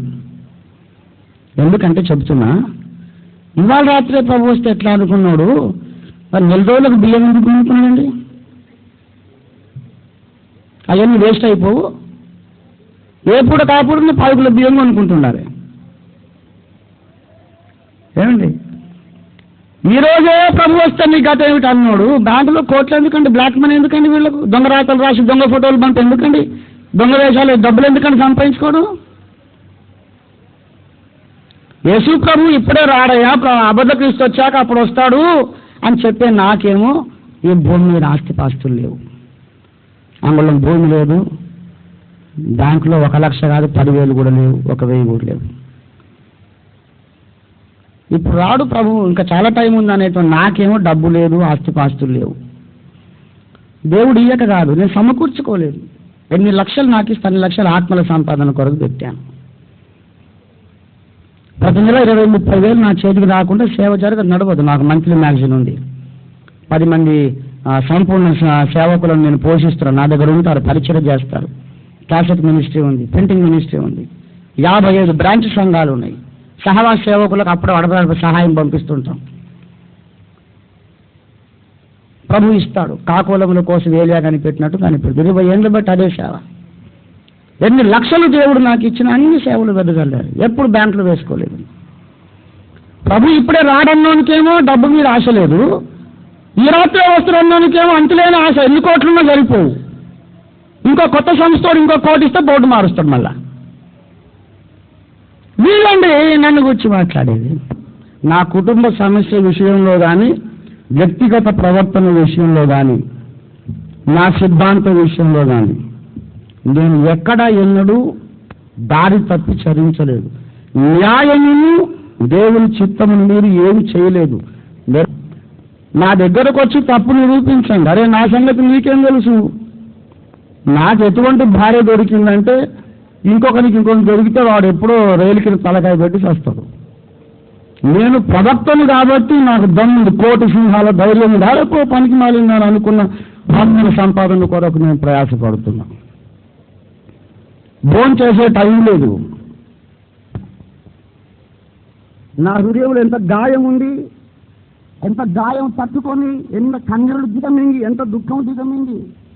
సంఘాన్ని సవరించాలి, విశ్వాసులను సంపూర్ణులుగా చేయాలి, యేసు రాకడకు సంఘాన్ని సిద్ధపరచాలని కన్నీళ్ళు వస్తున్నా ఏడ్చే టైం తీసుకోకుండా కన్నీళ్ళు దిగమింగి ప్రభు సంఘ క్షేమాభివృద్ధి కోసం నేను పరిగెడుతుంటే మానవత్వం లేకుండా అసహ్యంగా పశువుల్లాగా మాట్లాడుతున్నారు. ఇంత గాయం దాచుకొని ఎట్లింత పని చేస్తున్నావయ్యా అనేది లేదు. ఆయన ఫ్యామిలీ లేదు, తిక్కలోడ నా ఫ్యామిలీ సంగతి నీకేం తెలుసు? ఏ సేవకుడు అన్న సేవ చేస్తాడా? నా పిల్లలు నా కళ్ళ ముందు నుంచి ఎత్తుకుపోయి నాకు కనబడకుండా దాచేసి 4 సంవత్సరాలైంది. అర్ధరాత్రి లేచి ఏడుపొచ్చి గుండెలో నొప్పి వస్తున్నాను. నా పిల్లలు నాకు చూపడం లేదు. ఎన్ని గాయాలు కన్నీళ్లు లోపల దిగమింగి సంఘాన్ని సత్యంలో ప్రతిష్ఠించాలని నేను బాధపడుతుంటే నీ భార్య నీతో లేదట కదా, అంటే అది నాతో లేకుంటే బైబిల్ అబద్ధం అవుతుందా? భక్త సింగ్ గారు భార్య భక్త సింగ్ గారిని వదిలేసింది, ఆయన భక్తుడు కాకపోతాడా? యేసుప్రభు ఏం చెప్పాడు? ఎవడైనా నా యుద్ధకు వచ్చి తన తల్లిదండ్రులను, అన్నదమ్ములను, అక్క చెల్లెందులను, భార్యను, ప్రాణమును సహా ద్వేషించకుంటే నా శిష్యుడు అన్నాడు. ఆ మాట నెరవేర్చిన వాడిని నేను. కుటుంబం అంతా కుప్పగూలిపోతే సైతాన్ నన్ను ఆత్మహత్య చేసుకోమని ప్రేరేపించాడు. ఇది ఎందుకు నీ బతుకు చచ్చిపోయాను? దేవుడు నన్ను మళ్ళీ ఆ బూడిదలో నుంచి లేవనెత్తి నా పని జరిగించుకున్నారుడా అంటే ఆ కన్నీళ్ల లోయల్లో ఉండి పరిశుద్ధ దేవుని గురించిన జ్ఞానం రాశారు. హృదయంలో 1 కోటి గాయాలు దాచిపెట్టుకొని పుస్తకాలు, ప్రసంగాలు. దేవుని బిడలారా, 20 సంవత్సరాల నుండి ఒక్క పూట కూడా రెస్ట్ తీసుకోలేదు. దేశ విదేశాల్లో సత్యం కొరకు సింహగర్జన చేస్తుంటే ముందుకొచ్చి మాట్లాడే దమ్ము లేక వెనక అక్కడ కూర్చొని బురద. ఆయన ఫ్యామిలీ లేదు, పరిశుద్ధ జీవితం లేదట. ఎదవకు అసలు పరిశుద్ధ అంటే తెలుసా? పీక పట్టుకొని దులమండి. నేను చెప్తున్నా, ఓఫీర్ గారు చెప్పారండి, నీకు సత్యంతో ఎందుకు మాట్లాడతావు బుద్ధిహీనుడా? ఎవరికి రాకూడని సమస్య నాకు వస్తే అందరికంటే ఎక్కువ సేవ నేను చేశాను. ఈ గాయమంతా పెట్టుకొని 55 సంఘాలు నాటాను. ఈ గాయమంతా పెట్టుకొని నా చేతులతోనే 1000 మందికి బాప్తిస్మాలు ఇచ్చి ప్రభువును నడిపించాను. ఈ గాయాలన్నీ పెట్టుకొని నా చేతులతోనే 100 మంది సేవకులను తరబిదు చేసి అభిషేకించాను. కోన్ కర్ సక్తా హై? ఎవడా కూత కూర్చున్నాడు? ఎందుకు బురద చల్లుతున్నారంటే ఓఫీర్ గారు వచ్చాడంటే మేము చెల్లని కానీ అయిపోతామని భయం. ఆయన వస్తాడు, నేను చెప్పిన బోధనని తప్పని నిరూపించిపోతాడు. తర్వాత విశ్వాసుల ముందు మాకు పరువు ఉండదు కనుక రాకుండా చేయండి అని. అరే ఆయన పర్సనల్ లైఫ్ మంచిగా లేదండి. ఏం తెలుసు ఆయనకి బొంద పర్సనల్ లైఫ్? ఆయనకేం తెలుసండి? భారతదేశ చట్టము దేవుని వాక్యం. ఈ రెండింటిని అధిగమించి నేను ఏ పని చేయలేదు. నేనేం చేసినా న్యాయం చేశాను, మాదిరి చూపడానికి చేశాను. నేనేం చేసినా విశ్వాసులారా మీకు ఈ సమస్య వస్తే మీరు ఇట్లే చేయండి అని మాదిరి చూపడానికే చేశాను. ఎస్, కనుక గమనించండి, రెండవ రాకడ విషయాలలో ఇంకా ఏ ఇతర విషయమైనా దేవుడు నాకు ఒక విశేషమైన పరిచర్య అప్పగించాడు. అదేంటంటే అన్నిటికీ కుదురుబాటు కాలములు తీసుకువచ్చే బాధ్యత నా మీద పెట్టాడు ఆయన. నిన్న మనం చెప్పుకున్నాం అపొస్తలుల కార్యాలు 3:21. ఏమిటంటే అన్నిటికీ కుదురుబాటు కాలములు వచ్చునని దేవుడు ఆది నుండి తన పరిశుద్ధ ప్రవక్తల నోట పలికించను. అంతవరకు యేసు పరలోక వాసి అయి ఉండుట అవశ్యం. ఎన్ని కరువులు ఎన్ని భూకంపాలు వచ్చినా యేసు రాడు, పరలోక వాసిగానే ఉంటాడు. ఎప్పుడు వస్తాడంటే అన్నిటికీ కుదురుబాటు కాలములు రావాలి. అన్నిటికీ కుదురుబాటు కాలములు అంటే ముందు సిద్ధాంతాలు కుదురుబాటు కావాలని చెప్పా. ఈ అన్నిటిని సెటిలైట్ చేసే పని దేవుడు నాకు ఇచ్చాడు. దేవుని బిడ్డలారా, సత్యాన్ని గ్రహించండి. It doesn't matter at all for me. ఇప్పుడు నేనే ప్రవర్తనని మీరందరూ ఒప్పుకొని దండలేయాలని కాదు. ఈ సత్యాన్ని మీరు అంగీకరిస్తే రేపు పరలోకంలో దేవుడే మీకు దండలేస్తాడు. పరలోక రాజ్యంలో మీరు సన్మానించబడాలంటే సత్యానికి స్తంభమై ఉండండి. యథార్థవంతులు రండి. నేను కొత్తగూడెంకి వచ్చి 4 రోజులు ఇక్కడనే ఉంటున్నా. యథార్థవంతులు, బ్రదర్ నీ లైఫ్ మంచిగా లేదట, ఏంటి ఇట్లా సేవకుడు ఇట్లా చేయొచ్చున్నానంటే నేను చెప్తాట, అరే అట్లా కాదు బ్రదర్, ఇట్లా జరిగింది, ప్రాబ్లం వచ్చింది, మరి సేవ కొనసాగాలి కదా, మరి మీరైతే ఇంకేం చేసేవారు చెప్పండి అని అడుగుతా. వాళ్ళకి బాగా తెలుసు. ఓఫీర్ గారు ముందుకు పోతే ఉప్పుమని ఊతాడు, మేము ఎండిన ఆటలాగా ఎగిరిపోతామని తెలుసు. ఆయన ముందుకు పోతే గెలవలేదు. 100% ఆయన రైట్ నిరూపించుకుంటాడు. ముందుకు పోతే చెల్లం కాబట్టి వెనక నుంచి వీళ్ళ క్రైస్తవులటండి, లోక సంబంధుల్లో మంచోళ్ళు కూడా అట్లా చేయరు. ఇట్లాంటి భ్రష్టులు మళ్ళీ సువార్త చెప్పి మీరందరూ ప్రభువుని నమ్మంటే ఎవరు నమ్ముతారు? ముందు క్రీస్తులు కనబరచాలి. మనం వెలుచూపును బట్టి తీర్పు తీర్చక న్యాయమైన తీర్పు తీర్చండి. నా వ్యక్తిత్వానికి కానీ, పరిచర్యకు కానీ, చర్యలకు కానీ, నా సిద్ధాంతాలకు కానీ న్యాయమైన తీర్పు తీర్చండి. నా ప్రవర్తనకు తీర్పు తీర్చాలనుకున్నారా, నా సమస్య అంతా విని న్యాయంగా తీర్పు తీర్చండి. నా సిద్ధాంతం తప్పని అనాలనుకున్నారా, సిద్ధాంతం మొత్తం విని నేను చూపించిన వాక్యాధారములను గమనించి అప్పుడు తీర్పు తీర్చండి. అట్లా తీరిస్తే లోకమంతా నా సంఘమే అవుతుంది. నా అభిమానులు కాకుండా, నా అనుచరులు కాకుండా బయట ఎప్పుడు ఉంటారంటే అన్యాయంగా ఆలోచించినప్పుడే. Yes, I mean it. దేవుని బిడ్డలారా, అబద్ధ బోధలకు స్తంభంగా మనం ఉండొద్దు. యేసు ప్రభువు ఈ రాత్రి వస్తే నీ సంగతి ఏంటని కాదు మనకు చెప్పాల్సింది. ఈ రాత్రి చనిపోతే నువ్వు వెతిపోతావు, అది అనవసరం. ప్రభు రాకడకు ముందు కొన్ని సూచనలు జరిగితేనే కానీ ప్రభు రాడని బైబిల్ చెబుతుంది. నీ రాకడకు ముందు ఏమన్నా నీ పోకడకు ముందు ఏమన్నా సూచన ఉందా? ఫలానాది జరిగితేనే కానీ ఆ దినం రాదని ఉంది. కానీ ఫలానాది సూర్యుడు ఫలానా దిక్కు పొడిస్తే, లేకుంటే ఒక కొత్త చుక్క పొడిస్తేనో, లేకుంటే ఇంకో ప్రళయము, తుఫాను, అగ్ని ప్రళయం ఏదో వస్తేనో నీ ప్రాణం పోదు అనేమన్నా ఉందా? నీ ప్రాణం పోకడకు ఏమాత్రము సూచనలు అవసరం లేదు. You may die any moment. ఇప్పుడు ఇక్కడ నుంచి మనం లేచి ఇంటికి పోయేటప్పుడు ఏదో లారీ గుద్దొచ్చి పోవచ్చు, అవకాశం లేదా? విశ్వాసులు పరిశుద్ధంగా ఉండాలి. ఇప్పుడు వస్తారో అప్పుడు వస్తారో అని కాదు. నా ప్రాణం ఎప్పుడు పోతుందో తెలియదు కనుక అనుక్షణం పరిశుద్ధంగా ఉంటాను. ప్రభు ఎప్పుడు పిలుస్తాడో తెలియదు. దేవుని బిడ్డలారా, ఇంకా ప్రతి ఇతర బోధ కూడా ఇట్లాగే తప్పు. యేసుక్రీస్తు ప్రభు వారి యొక్క రాకడ తెలియకుండా దొంగవలి వస్తుందని చెప్పడానికి ఆ భక్తులు చెప్పిన ప్రతి బోధ తప్పే, ప్రతి వచనం తప్పే. మళ్ళీ చెబుతున్నా, యేసుక్రీస్తు వారి రాకడ మనకు తెలియకుండా దొంగలాగా జరుగుద్దని, దొంగ రాకడ వల్ల జరుగుద్దని బైబిల్లో ఒక్క వచనము కూడా లేదు. ఒక్క వచనం కూడా లేదు. Not even a single scripture quotation, not even a single verse in the Bible. యేసు ప్రభు రాకడ మనకు తెలియకుండా జరుగుద్దని ఒక్క మాట కూడా బైబిల్లో లేదు. అదేంటండి ఒక్క మాట కూడా లేదంటారు? ఎందుకు చెప్తారా ఈ గారు? ఒకరు చెప్తాను, ఇందాక చదవ మూలవాక్యం అదే, దేవుడు గుర్తు చేశాడు. ముగించేసి ప్రార్థన చేద్దాం అనుకున్నా, దేవుడు చెప్పాడు ఇప్పుడు నువ్వు మూలవాక్యానికి పోలేదు కదా, వదిలేసావు అన్నాడు. అందుకే మళ్ళీ వచ్చా.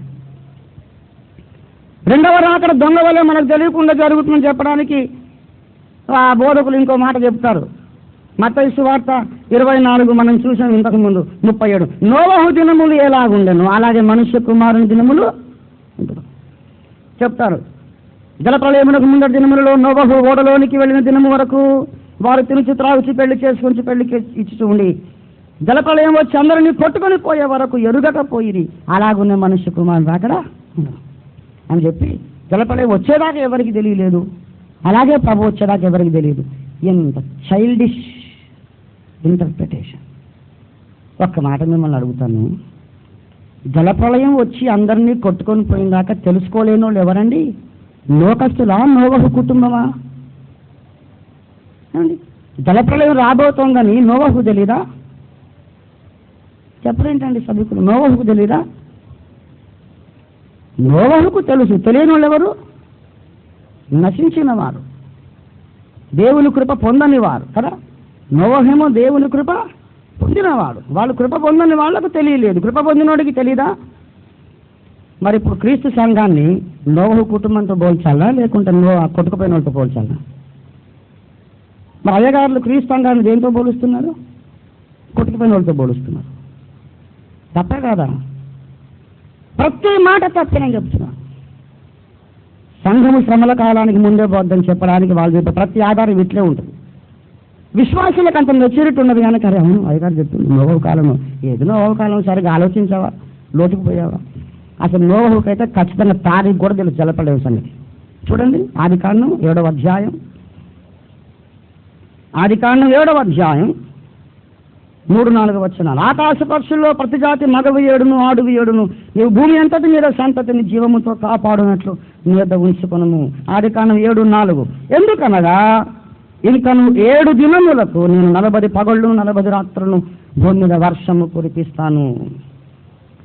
ఈరోజు నోవహు ఓడలోనికి వెళ్ళు, ఈరోజు ఓడలోనికి వెళ్ళు. ఎందుకంటే ఈ రోజు మొదలుకొని 7 రోజులు అయ్యాక నేను భూమి మీద వర్షం ఓడలోనికి నోవహు వెళ్ళిపోయాక ప్రళయం నాశనం వచ్చింది. రోజులు లెక్కెత్తుకుంటున్నాడు దేవుడు, 7 రోజులు అన్నాడు. అంటే ప్రళయం అనేది నోవహుకు తెలియకుండా రాలేదే, నువ్వు సంఘానికి తెలియకుండా వస్తావు ఎందుకు చెప్తున్నావు? బైబిల్ మొత్తం నేను చెప్తున్నాను. నేను 114వ బైబిల్ చదివి ముగించాను. బ్రతికే పండిపోయింది బైబిల్ సన్నిధానంలో. ప్రతి బోధకుడు నా దగ్గర నేర్చుకోవాలి. Go compel them to come before me as students. అయ్యగారు నీకు తెలియదు, పోయి ఓఫీర్ గారి దగ్గర నేర్చుకోమని చెప్పండి. క్రీస్తు సంఘానికి మనం అబద్ధాలు నేర్పియొద్దు. యేసు ప్రభు రాకడకు ముందు అబద్ధ క్రీస్తు రావాలి. మరి అబద్ధ క్రీస్తు తప్పక రావాలని నువ్వు చెప్పే దానివల్ల క్షేమాభివృద్ధి ఏముంది ఓఫీర్ గారు? మనం యేసు కోసం కనిపెట్టాలా, యేసు ప్రభు కోసం కనిపెట్టాలనా, అబద్ధ క్రీస్తు కోసం కనిపెట్టాలనా? ఈ రాత్రి రేపో యేసే వస్తాడని నమ్మినంత మాత్రాన నష్టం ఏంటి? నువ్వు ఎందుకు దిద్దుబాటు చేయాలి? ఇంతకుముందు హల్లెలూయా అనే మాట దిద్దుబాటు అవసరం లేదన్నావు, మరి ఇదెందుకు అవసరం అని అడగండి. టాక్ ఇంటెలిజెంట్లీ, తెలివిగా అడగండి ప్రశ్నలు చెప్తా. యేసుక్రీస్తు ప్రభువు రాకడ ఈ రాత్రి రేపు కాదు, అబద్ధ క్రీస్తు వచ్చాకనే వస్తుంది. సంఘం ఎత్తబడ్డ వివాహం రేపు కాదు, అబద్ధ క్రీస్తు వచ్చి యెరూషలేములో కూర్చున్న తర్వాతనే సంఘం ఎత్తబడుతుంది అని నేను చెప్పే మాట ఎందుకు ముఖ్యమో నేను చెప్తున్నాను ఇప్పుడు. ఎందుకు ముఖ్యమంటే ఆ అబద్ధ క్రీస్తు లోకంలోకి రావటానికే ఒక ఉద్దేశం ఉంది. He's coming to this world with a purpose. ప్రకటన గ్రంథం 13వ అధ్యాయం 7వ వచనం మరియు 13:7 అండి. మరియు పరిశుద్ధులతో యుద్ధము చేయను, దాన్ని జయింపను, దానికి అధికారం ఇవ్వబడును. పరిశుద్ధులతో యుద్ధము చేయడానికే వాడు వస్తున్నాడు. కొత్త నిబంధన పరిభాషలో పరిశుద్ధులు అంటే ఎవరండి? పరిశుద్ధులు ఎవరండి? క్రీస్తునందున్న విశ్వాసులు. వాడు వచ్చేదే పరిశుద్ధులతో యుద్ధం చేయడానికి వస్తున్నాడు. పరిశుద్ధులతో యుద్ధం చేయడానికి వాడు వస్తుంటే వాడు రాకముందే పరిశుద్ధులు పోయి పరలోకంలో ఉంటే వాడు ఎవరితోనండి బాక్సింగ్ చేసే? గాలితోనా? ఇప్పుడు మీ ఊర్లో ఒక వస్తాదు ఉన్నాడు అనుకోండి, కొత్తగూడెంలో. అద్దంకి రంజిత్ ఓఫీర్ గారికి మన ఊరి పైల్వాన్కు ఫ్రీ స్టైల్ బాక్సింగ్, రెజ్లింగ్ పోటీ ఏమండి అక్టోబర్ 2వ తారీఖున గాంధీ జయంతి సందర్భంగా ఓఫీర్ గారు వస్తున్నారు, మన ఊరి వస్తాదుకు ఆయనకి బాక్సింగ్ పోటీ అని మొత్తం దండోర వేశారు. ఊరంతా ఎదురు చూస్తున్నారు. హైదరాబాద్ నుండి, చుట్టుపక్కల ఖమ్మం జిల్లా అంతా నుండి, కోస్తాంధ్ర నుండి అభిమానులందరూ వచ్చారు, క్రీడాభిమానులు. నేను కూడా వచ్చా. మొత్తం ఆ రింగ్ ఏర్పాటు చేశారు. ఆ రింగ్ అంతా చూసి అందరూ సంతోషపడుతున్నారు. మొత్తం విజిటర్స్ గ్యాలరీ అంతా ఉంది, అందరూ చూస్తున్నారు. టికెట్లు అమ్మాం. అక్టోబర్ 2 ఏం జరగాలి? ఓఫీర్ గారికి మన ఊరి పైల్వాన్కు బాక్సింగ్ పోటీ. నేను అక్కడ నుంచి గౌతమిలో టికెట్ కొనుక్కొని భద్రాచలం రోడ్ టికెట్ ఇక్కడ దిగి మంచిగా లేపాక్షి లాడ్జిలో వచ్చి కూర్చొని ఫోన్ చేస్తాను. నిర్వాహకులు చెప్తారు, సార్ వస్తాడు కానీ లేరండి, బొంబాయికి పోయిండండి అని చెప్తాను అనుకో. అంటే వాడికి రావాలి కాదండి, నేను వచ్చిన యుద్ధం కొరకు వస్తే వాడు బొంబాయి పోవడం ఏంటిది? అట్లా పోతే ఓడిపోయినట్ట గెలిచినట్ట చెప్పాలి మీరు నాకు. ఓడిపోయినట్ట గెలిచినట్ట. ప్రకటన గ్రంథంలో 7 సంఘాలకు లేఖలు రాస్తూ అన్నాడు, జయించు వారికి బహుమానములు వాగ్దానం చేశాడు. జయించు వాడంటే ఎవడు? యుద్ధం ప్రారంభం కాకముందే పారిపోయేటోడా, లేకుండా యుద్ధం పోరాడినోడా? పోరాడిన వాడే జయిస్తాడు కానీ ముందుకు బొంబాయికి పోయినాడు కాదు. ఇప్పుడు అబద్ధ క్రీస్తు రాడు, వాడు రాకముందే సంఘం వెళ్ళిపోతున్నాడు. అయ్యగారు చెప్పేది ఎట్లా ఉందంటే, కుస్తీ పోటీ డేట్ లోపల వస్తాడు గారు బొంబాయికి పోయినట్టు ఉంది. It is totally senseless, meaningless. వాడు అసలు మనతో యుద్ధానికే వస్తున్నాడు కాబట్టి మనము వెళ్ళిపోతామని కాదు, కబుర్లు చెప్పుకొని కలలు గంట ఉండొద్దు. యుద్ధమునకు సిద్ధపడాలి, కసరత్తు చేయాలి, బలమైన ఆహారం తినాలి, వ్యాయామం చేయాలి, పదును తీరాలి. అరే ఆనే బాబాయ్ కోనాట ఏం చేస్తారో చేసుకో, come on will face the battle అని యుద్ధమునకు సిద్ధమైన సైన్యం వలె క్రీస్తు సంఘం సిద్ధపడాలి. యుద్ధము ఘోర యుద్ధం మన మీదికి రాబోతుంది, ఆధ్యాత్మిక యుద్ధం. క్రీస్తు సంఘమును మొత్తం నాశనం చేయడానికి అబద్ధ క్రీస్తు రాబోతున్నాడు. భయంకర శ్రమలు పెడతాడు. బైబిల్ దొరకనీయడు, సువార్త ప్రకటించనీయడు, సంఘారాధనలు జరగనీయడు, ప్రభువులతో విరవనీయడు, సహవాస కూటాలు జరగనీయడు. ఇంట్లో ఏకాంతంగా మోకాళ్ళ ప్రార్థన కూడా లేకుండా చేస్తాడు. ఇంటికి కెమెరా అమరుస్తాడు. ఎవరైనా ఇంట్లో మోకాళ్ళు ఇంకా తెలిసిపోద్దంటే సెంట్రల్ హెడ్ ఆఫీస్కు ప్రార్థన చేసుకోవద్దు, నేను తప్ప ఎవరు దేవుడు లేడు, నాకే ప్రార్థన చేయండి. బలవంతాన ఆ ఘోరమైన యుద్ధం మన మీదకి రాబోతోంది. అయ్యగారులేమో యుద్ధం రాదు, ఏం రాదండి, వెళ్ళిపోతాం అని చెప్తున్నారు. నేనేమో వెళ్ళిపోయేది లేదు, ఏం లేదయా, యుద్ధం వస్తుంది, సిద్ధపడండి, సైనికులారా లేవండి, నిద్రమ్మ తొదిలించుకోండి, మొహం కడుక్కోండి, కసరత్తు చేయండి, భోజనం చేయండి, బలపడండి. ఎన్ని శ్రమలకైనా తట్టుకొని పౌలు, స్టెఫను, పేతురు, తోమ ఆది అపోస్తలులు ఏ రీతిగా విశ్వాసం కాపాడుకున్నారో అలాగే మనం కూడా కాపాడుకోవడానికి సిద్ధపడదాం. లేవండి అని నేను పిలుస్తున్నాను. నేనా దుర్బోధకుడిని, సైతానికి అనుకూలమైన బోధకుడిని? నేనే వాళ్ళ సాతానుగాడు సంఘాన్ని భ్రష్టు పట్టించడానికి, ప్రపంచ ప్రభుత్వాన్ని స్థాపించి క్రీస్తు సంఘమును హింసలు పెట్టి విశ్వాసం నుంచి తొలగించడానికి వాడొస్తుంటే జాగ్రత్త పడండి అన్నయ్య, లేవండి, నిద్రమ తొదులుకోండి, పౌలు వలె రోషం కలిగిన భక్తులు కండి అని నేను చెబుతుంటే సైతానికి అనుకూలమైన బోధ నాదా? యుద్ధం రాదు, ఏమి రాదు, బజ్జుకోండి అని చెప్పేదా? అది క్షేమాభివృద్ధికరమైన బోధ. ఒక ప్రశ్న వేసి ముగిస్తాను. ఒక చిన్న రాజ్యం ఉందండి, ఒక చిన్న రాజ్యం ఉంది. ఒక పెద్ద రాజు పెద్ద సైన్యంతో ఆ చిన్న రాజ్యం మీద దండెత్తి వస్తున్నాడు.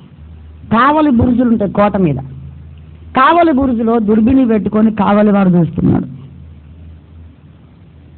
దుమ్ము రేపుకుంటూ వస్తున్నారు. లోపల సైనికులు మొత్తం, ప్రజలు మొత్తం నిద్రపోతున్నారు. గుర్రపు డెక్కల శబ్దం వస్తుంది, దుమ్ము రేగుతుంది, కాగడాలు పెట్టుకొని వస్తున్నారు మధ్యరాత్రి. ఏంటి? కావలి వాడు చూస్తే అర్థమైంది, పెద్ద సైన్యం వస్తుంది. అప్పుడు ఈ కావలివాడు ఏం చేయాలి? అందరూ హాయిగా బజ్జుకోండి, యుద్ధం లేదు ఏమి లేదని బజ్జుకోమని జోగొట్టి పడుకోబెడితే వాడు దేశ సేవకుడా, దేశ ద్రోహ? వాడు సరైనడైతే ఏం చేయాలి? దూర ఊది, లేవండి లేవండి, పహరా హుషార్, కావలి వారు లేవండి, సైనికులు లేవండి, శత్రువులు వచ్చి పడుతున్నారు అని కేకలు పెట్టారు. వాడు దేశ సేవకుడు. సేవకులందరూ కావలి వారు సంఘానికి. కానీ 199 మంది బోధకులేమో యుద్ధం వస్తుంటే పెద్ద శత్రురాజు దండెత్తి వస్తుంటే జోగొడుతున్నారు సంఘాన్ని. ఏం రాదులే, సమరాజు ఏం రాదు, మనం పోతాం పడుకుంటాం. అద్దంకి రంజితో ఫిరేమో బూర ఊది, లేవండి అన్నయ్య యుద్ధం వస్తుంది పోరాడదామని నేను చెప్తున్నాను. వీళ్ళందరూ కలిసి నన్ను దుర్బోధకుడు అంటారు. ఇది అట్టర్ నాన్ సెన్స్. నేను చెప్తున్నాను, రంజితోసి రాంగ్ అని ఎవడన్నా వాడు రాంగే. వాడిని త్వరణ లోపల గదిలోకి దూర్చి తాళం పెట్టి నా హైదరాబాద్కు టెలిగ్రామ్ చేయండి, ఉన్న పాటను వస్తా, వచ్చి సెటరైట్ చేసిపోతాం. There is nothing wrong with ఓఫియర్, everything is wrong with other opponents and critics. నాది ఏం తప్పు లేదు, నన్ను విమర్శించడం 100% తప్పు. నేను చెప్తున్నా, పౌలు చెప్పారు, నా యందు నాకే దోషమును కనరాదు. ఏవయ్యా పెద్ద నువ్వు నీతి మంతులు హెచ్చించుకుంటున్నావా అని మళ్ళీ పిచ్చి మాటలు మాట్లాడొద్దు. నేను ఏదన్నా మాట్లాడితే భక్తునికి తగిన విధంగా మాట్లాడతాను. ప్రవక్తకు తగిన మాటలు తప్ప ఇంకోటి మాట్లాడనండి. నేను ప్రవక్తలాగా మాట్లాడతాను. I'm prophet, I speak like a prophet. పౌలు అన్నాడు కనుక నేను అంటున్నా. చూడారా, ఈ రాత్రి ఇంతటితో ముగించి మిమ్మల్ని వదిలేస్తాను. కానీ ఇంకేమైనా ప్రశ్నలు ఉంటే రేపు రాసి ఇవ్వండి, రేపు ఆలోచిద్దాం. యుద్ధం రాబోతుంది, సిద్ధపడదాం. ఆ ఒక్క తీర్మానంతో మనం ఇంటికి వెళ్ళిపోదాం. తలలో వంచండి, ప్రార్థన చేసి ముగిస్తాం.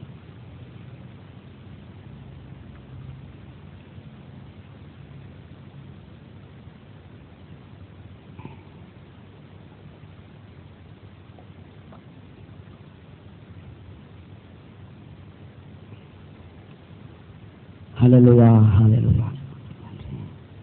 స్తోత్రం తండ్రి, నీకు స్తోత్రం నాయన.